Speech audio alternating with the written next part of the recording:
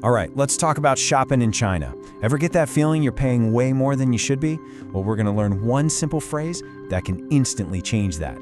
This is your key to skipping the tourist price and getting a much, much better deal. Let's jump right in. You see, the whole secret is about this one little shift. It's all about sounding less like a tourist who doesn't know any better and a little more like a local who does. And trust me, that one simple change can be the difference between paying the inflated tourist price and getting the actual local price.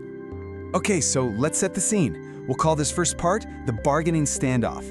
You're in the market and you've just made your first move. So picture it. You're surrounded by all this amazing stuff. You spot something you really want, maybe a cool souvenir, a beautiful scarf, whatever. You ask how much, and the vendor pulls out a calculator and shows you a number, and your gut just screams, yeah, that's the starting price. But hey, you're a savvy traveler, you've done a little homework. You know the first step is to signal that the price is too high. So you confidently say, Tai Guila, which as you know means it's too expensive. That's a fantastic start. It tells the vendor, okay, game on. This person is here to negotiate. And then you get that pause. You know the one. That awkward silence. The vendor is just looking at you, waiting. You're looking back. They're waiting for your next move. And honestly, this is where most people get stuck and lose all their leverage. So what do you do now? Okay, this is where we bring in your secret weapon, your power phrase. It's the simple but really powerful follow-up that just cuts right through that tension. And here it is. The phrase is 便宜点儿. Let's try it. 便宜点儿. What it literally means is something like cheaper a little bit. But really, you can just think of it as cheaper, please. Super simple, super direct, and you're about to see just how effective it is. Now, here's the most important part. This isn't some weird travel hack you found on the internet. This is the real deal. It's the standard, totally normal thing that locals say.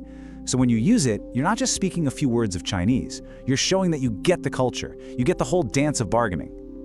Okay, next part, the local's delivery. And you gotta pay attention here, because just knowing the words, that's only half of it.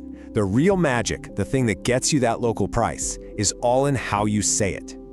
You see, a tourist almost always says this like a question. Their voice goes up at the end, all hopeful, like, 便宜点, can you please make it cheaper for me? But that's not how a local does it. A local says it as a calm, polite suggestion. It's a statement, 便宜点. See the difference there? One is basically begging, the other is just the next step in the conversation. So, this is the thing to remember. Say it as a suggestion, not a question. Your tone should go down a little at the end.